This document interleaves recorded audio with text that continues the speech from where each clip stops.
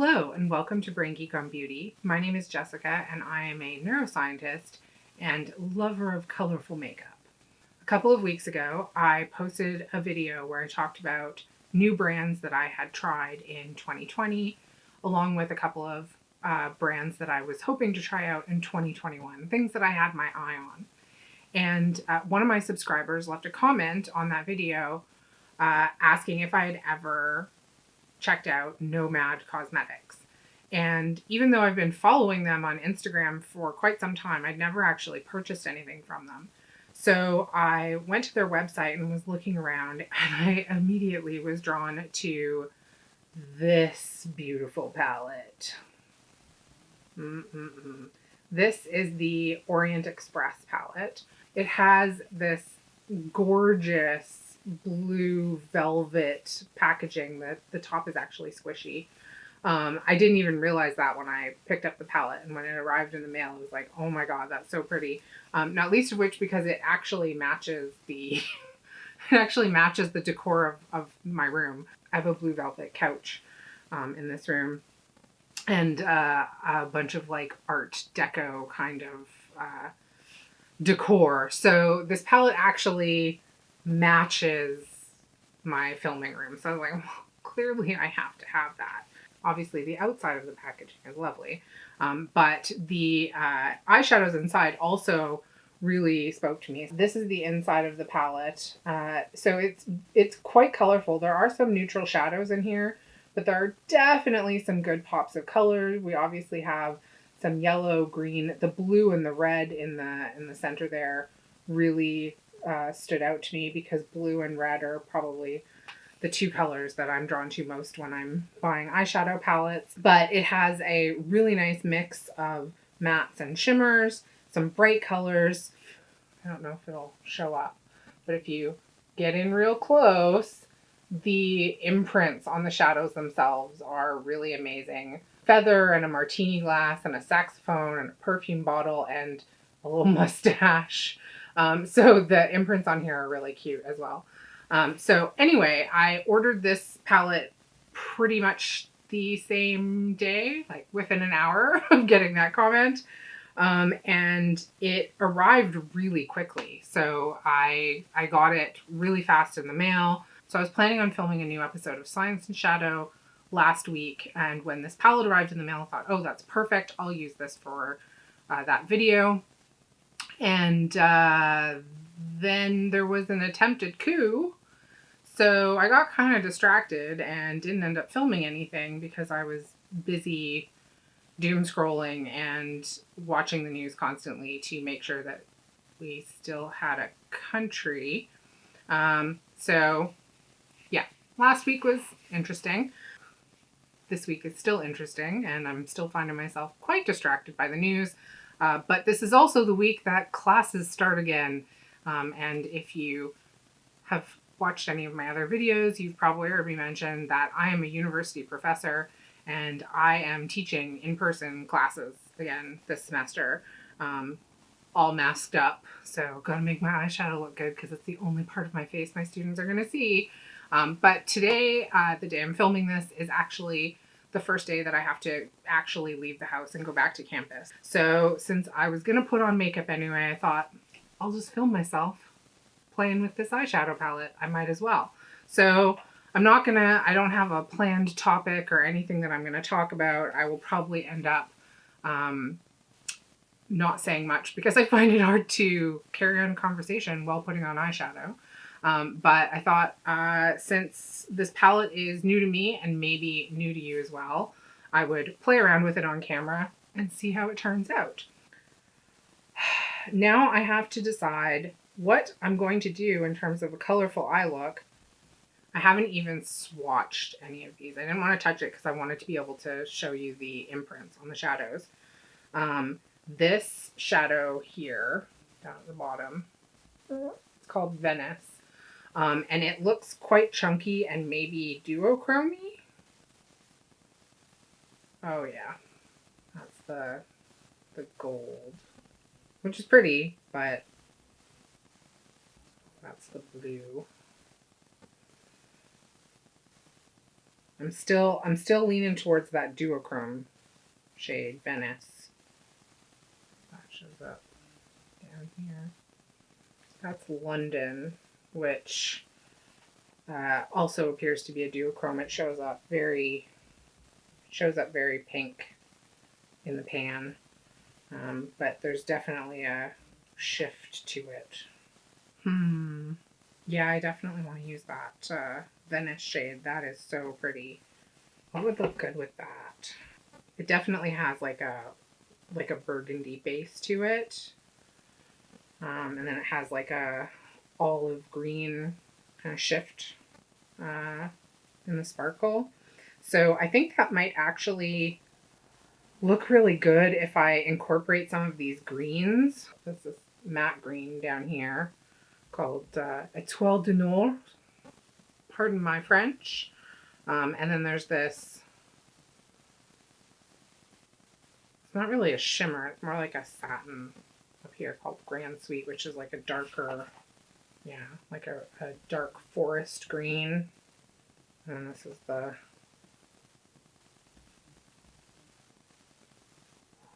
matte green. That's a nice green. But I also really want to use the yellow.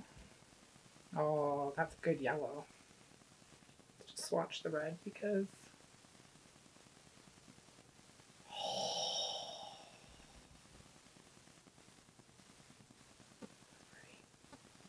the red shadows probably stayed. Just as a heads up, since my fingers are now very, very pink. I'm just gonna do it and see what happens. I'll go where the inspiration takes me. So I'm gonna go in with Guilty 12.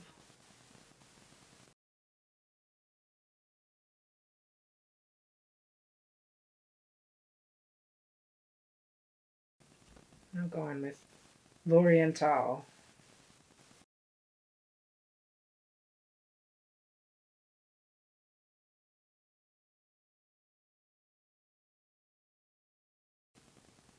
I think I'm gonna go in with the green matte. Apparently it's a green kind of day. You know what? I think I have a mask that this will work with. It's like green and brown and it has leaves on it, so it'll be a theme.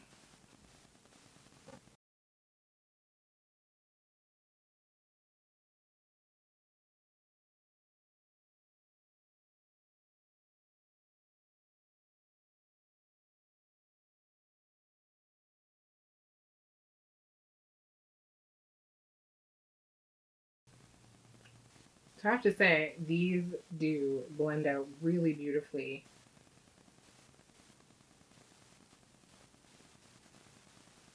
I'm not having any trouble at all getting a nice soft blend. So I don't think they're like the most pigmented matte shadows that I've ever used, but I actually find that makes mattes a little bit more user friendly. With a lot of the like Instagram type trends, like I've seen a lot of brands move towards very, very pigmented shadows. And if you are really experienced with makeup, that can be wonderful. With the right base and the right brushes and a really pigmented eyeshadow, that's how you can get a lot of those really vibrant, detailed looks that look so wonderful in pictures. But a really pigmented shadow can be incredibly difficult to blend out. Incredibly difficult. Um, so for more like regular people, oftentimes a little less pigmentation, still pigmented, but a little less pigmentation can be really helpful for getting everything to actually blend out and not having to spend like 6 hours blending your eyeshadow, because nobody has time for that. Like if it's your job and you're doing some amazing creative look for Instagram so that you can make truck going by. It's garbage day. If that's your career, then spending hours creating a look is, uh, you know, your job. But for most of us, if we're putting on makeup because we're going to work or going out for the evening, back when we were allowed to go out for the evening, um, you're not going to want to spend 6 hours blending your eyeshadow. Nobody got time for that. Anyway, this green is lovely. I'm very pleased with it. I might go in with a bit of the yellow on the inner part of the crease. Just a smidgen.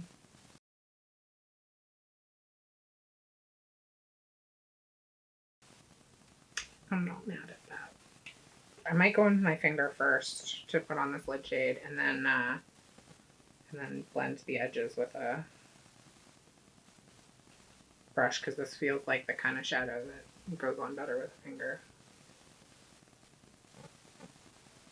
Oh my god, it's so pretty.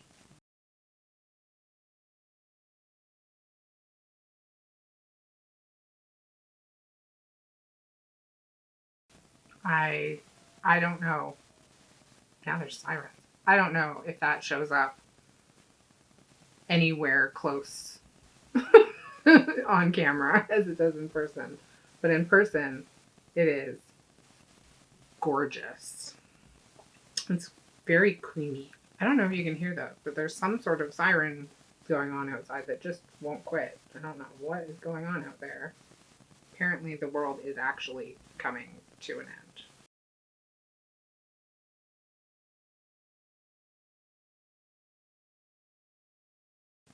I love a good cut crease on Instagram, but I am not a huge fan of the harsh line cut crease in real life. I'm just going in and seriously, the sirens are still going. Like, should I be worried? Like, did the one time I stopped watching the news something actually happen? Maybe I'll put on all this makeup and I won't even have to go teach class because the world is ending. That shadow is gorgeous. I have no words to express how pleased I am with Venice in this palette. It is glorious. I am going to go in with Grand Suite, which is the satin forest green. Just a smidgen.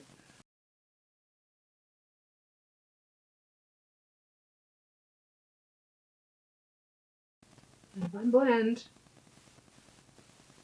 It's actually really funny that these are the colors that I have been drawn to today in this palette, because green eyeshadow is not usually my favorite. Green has never been my favorite color. I'm really very drawn to like blues and reds and purples. That's sort of my wheelhouse. I don't know. Just today, I guess today felt like a green kind of day. I feel like a peacock, which is also funny because my room that I'm in right now is filled with peacock decor. This palette was made to be in this room. It is the exact like Art Deco feel that this room is decorated after. It creates an eyeshadow look that's very peacocky. Everything's peacock feathers everywhere. And it's blue velvet like the couch. Seriously, this palette was meant for me. Meant for me. And that is the justification I'm going to use for purchasing it. I had to. I didn't have a choice. Fallout isn't bad from this at all. I have a couple of little flecks from Venice. So there's this beautiful bronze shade here called Bar 3674, and then this sort of champagne-y gold here called Arlberg Pass. So I think I'm going to go with bar 3674, and maybe a little bit of the green Grand Sweet on the lower lash line, and use Arlberg Pass in the inner corner. I think. Yes, I think that is the plan. Okay, I'm going in.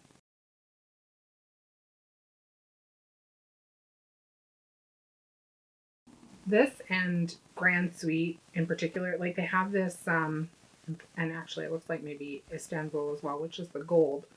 They have they're not satin, but they're not like super metallic.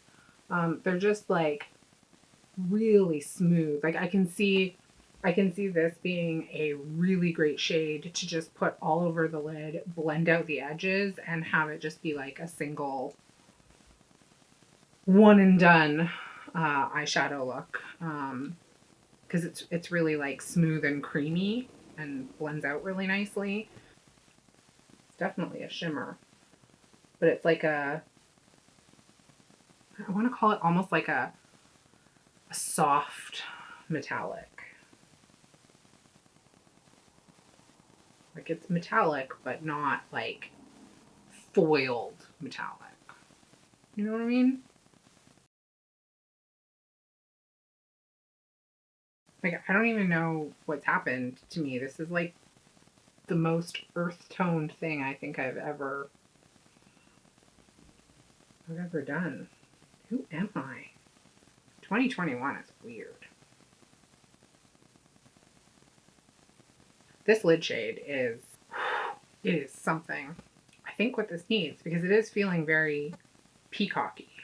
I think this needs a peacock blue in the waterline. I think I need peacock blue eyeliner.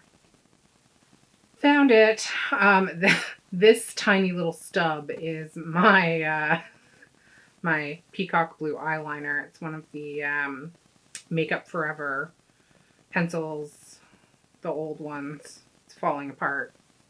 So old. I really need to do something about that. You don't need to see me make funny faces while I apply this to my waterline. I'm going to apply eyeliner and mascara, and I'll be right back. All right, so here I am. This is the finished look.